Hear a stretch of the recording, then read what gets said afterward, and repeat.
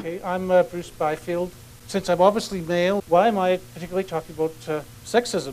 When I was a kid, I used to stick cutlery and that into light sockets, and I guess I just sort of grew up the same way.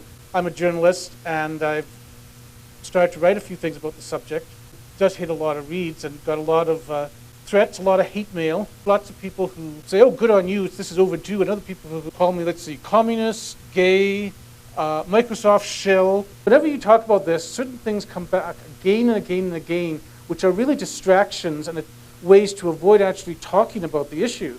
So what this is not about, nobody who's talking about sexism in FOSS is saying, well, you should put aside so many positions on each project for women or anything like that.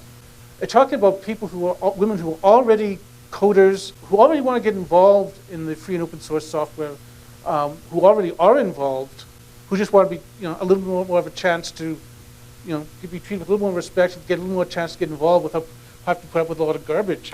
It's also not about attacking free software or Richard Stallman. I say this because one of the instances that sort of became a catalyst for talking about this in the last year was a remark that Richard Stallman made, and a lot of people, like the boycott Novell types, have been saying, oh, this is all just an attempt to attack Richard Stallman because he's against mono.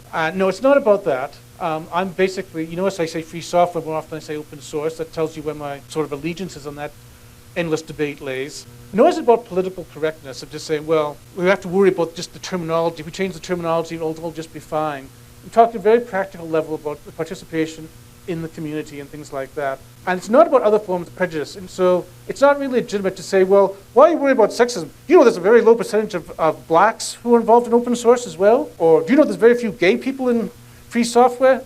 That may or may not be so, but that's not what I'm talking about today. And it's also not by assigning individual blame. There's a very sort of systemic sort of sexism going on. Sometimes it's a very personal one, but I think in the majority of cases, it's just people working along, going about the business with a system that's set up to be male-oriented, male-dominated. And it's only individual blame in the sense that we all agree to sort of go along with this, and we want to get on with whatever matters to us. Okay, so this is the problem. The FLOSSPOL's study of the open source community, 2006, noticed these interesting sort of statistics. This is in proprietary software. Women participation was at about 28%. Pretty low, but as compared to an ideal world where everything's split down the middle, but respectable. Now, this is it in free software. And you notice there's quite a difference there. And that's 1.5, it's not 15%, it's 1.5. Why does that exist?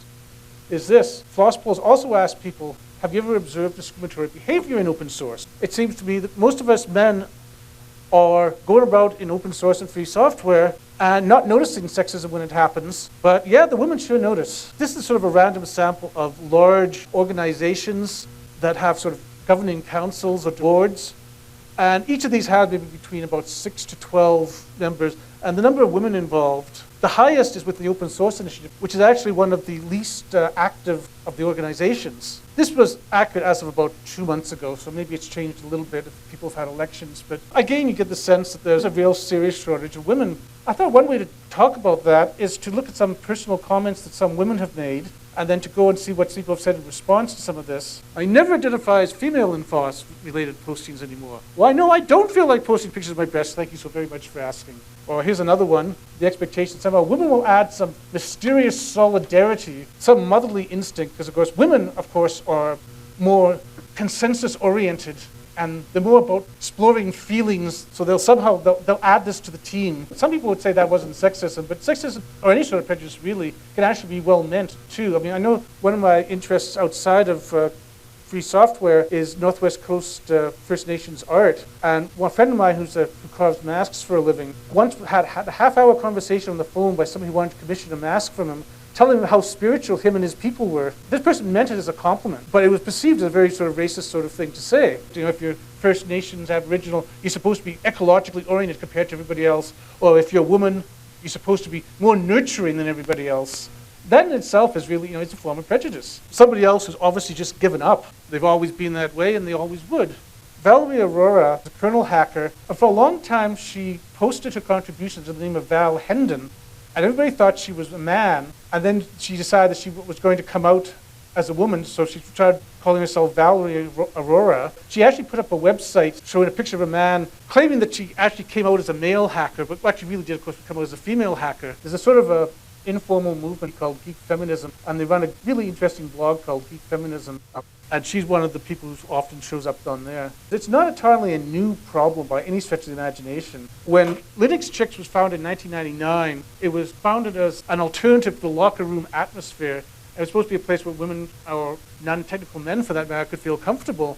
So even back 13 years ago, there was perception of a problem going on here. But what's interesting, this hasn't changed a lot in the last little while. Valerie Henson, Valerie Aurora again, wrote a How to Encourage Women in Linux blog in 2002, which is still relevant and still quoted as relevant today. And Ubuntu did a survey of users in 2006. The figures they came up with were a little bit different from the FLOSS polls, but 2.4, 1.5. I think we probably have a 2 or 3% margin of error at the very least. But I don't think that makes a huge amount of difference, because we're not talking about the difference between, say, 28% of women in proprietary software and free software women are registering at 24%. Then you can say, okay, maybe this is a non-issue. Well, when the difference is like 17, 18 times higher, then there's probably something going on, and quibbling over figures is probably a bit of a distraction. Why does this suddenly erupt as an issue? First, I think there would be a number of issues that, say, we think sort of trigger points. This is one of them. This was an ad in the Linux Journal that had a lot of people up complaining. I admit for my sins, I have done marketing and communications. This is the sort of thing when you're brainstorming on a Friday afternoon you come up with. It's not something you actually go to production with. Think of the most outrageous thing you can come up with, and you come up with something like this. You don't actually put it out there. Linux Journal never really said much except that they wouldn't run the ad again. When you're called on something, it's best just to try to kill it by just addressing it directly, not trying to evade it. It just saves you a lot of hassle in the long run. The open source boob project at PenguinCon last year, where women were asked to wear these buttons, and the yes and no refers to can you, i.e. a random stranger, fondle my breasts? Mailing list discussions and get endless discussions that will not die. This one numbered into the thousands before they sort of reluctantly backed down and said, okay, maybe it was a stupid idea. This is the starting slide. I think it's still online if you really want to look it up at a Ruby conference. The whole presentation had things like talking about networking. It showed a picture of an orgy. It just sort of went on and on and on like that. And you can imagine what they used for reference for things like mounting and everything. This is a quote that Richard Stallman at the Gran Canaria last year. He was doing his religious satire bit, something he's done for years. But he had just spent his time slamming mono, of course, dear to the heart of a lot of GNOME users. But I think on top of this, a lot of women found this, a lot of people in general found this really quite insulting. Richard Stallman said, it's satire on religion and the cult of the Virgin Mary. He said, I didn't mean to be sexist, so therefore I couldn't possibly have been sexist. So I won't apologize, claiming that his motives are pure on that. Then there's Mark Shuttleworth last August, LinuxCon, a little bit more articulate, perhaps, but you got much the same response that you got from Richard Stallman. These things, I think, had a kind of a cumulative effect. And another reason I think this has become an issue the last year or two is you're starting to get some women in some positions of influence, particularly in the press.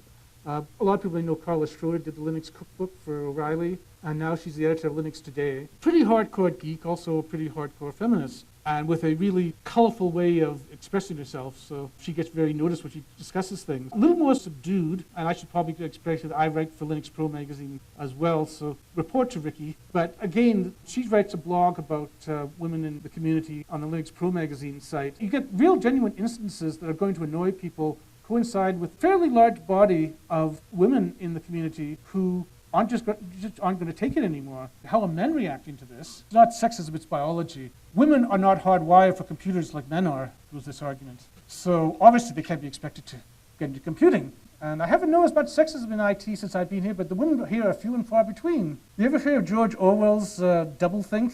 The ability to hold two contradictory thoughts in your mind at the same time? Perfect example here. Again, there's no sexism around my office, primarily because there aren't any women. I really don't want to listen to the constant whining and complaining, not just having to deal with the drama that they seem to carry with them everywhere they go. The funny thing about this one is that whenever this comes up, there's always people saying about, oh, women and anybody who supports feminism are all terribly emotional. Meanwhile, they're practically incoherent with rage. It's not personal, but yet here they are obsessively posting about this again and again and again and again. Which leads me to one of my theorems of life, is when people say it's not personal, yeah, it's personal. But most women just happen not to be interested in this particular field. This is actually one of the milder comments. Even reading these out is sometimes hard, so I'll just let you read them. But I think they sort of speak for themselves. Oh, and this is the really scary one. These are the responses people are making in attempting to prove that there isn't a problem. So again, they seem to just reinforce the fact that there is a problem. Now the question comes in, as somebody who's interested in open source, why should you care about this if you don't happen to be female?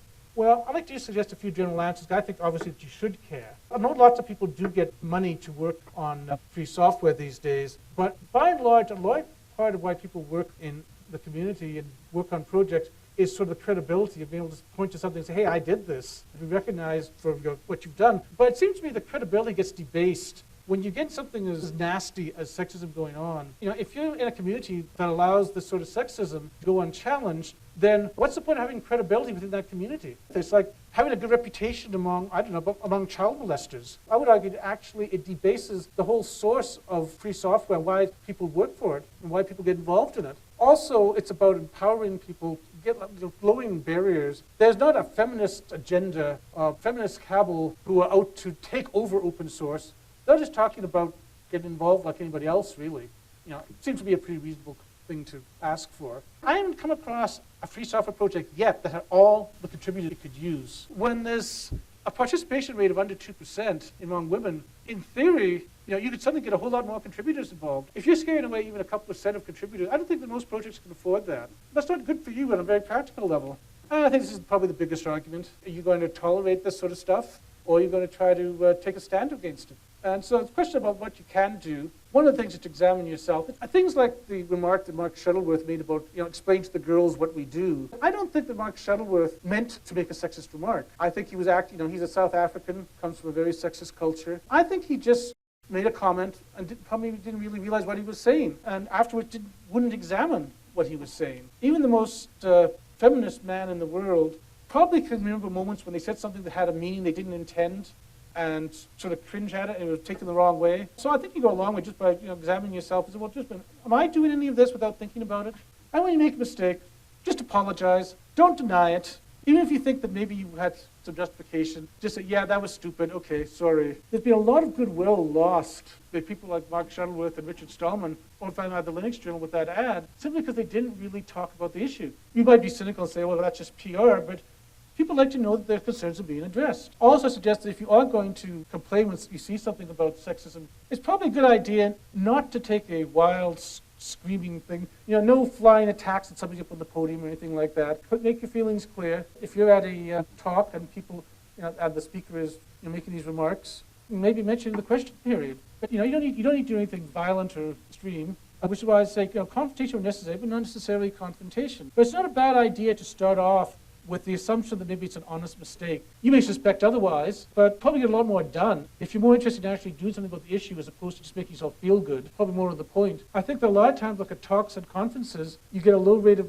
women participating because quite often people don't ask them. You can now find different groups of qualified women speakers for various things. You usually find some. A lot of women's contributions in projects, it's often in non-coding areas, things like documentation or bug testing or something like that. And historically, the community just tended to value code over everything else. That's changing in a lot of projects now, but a lot of projects it hasn't really changed.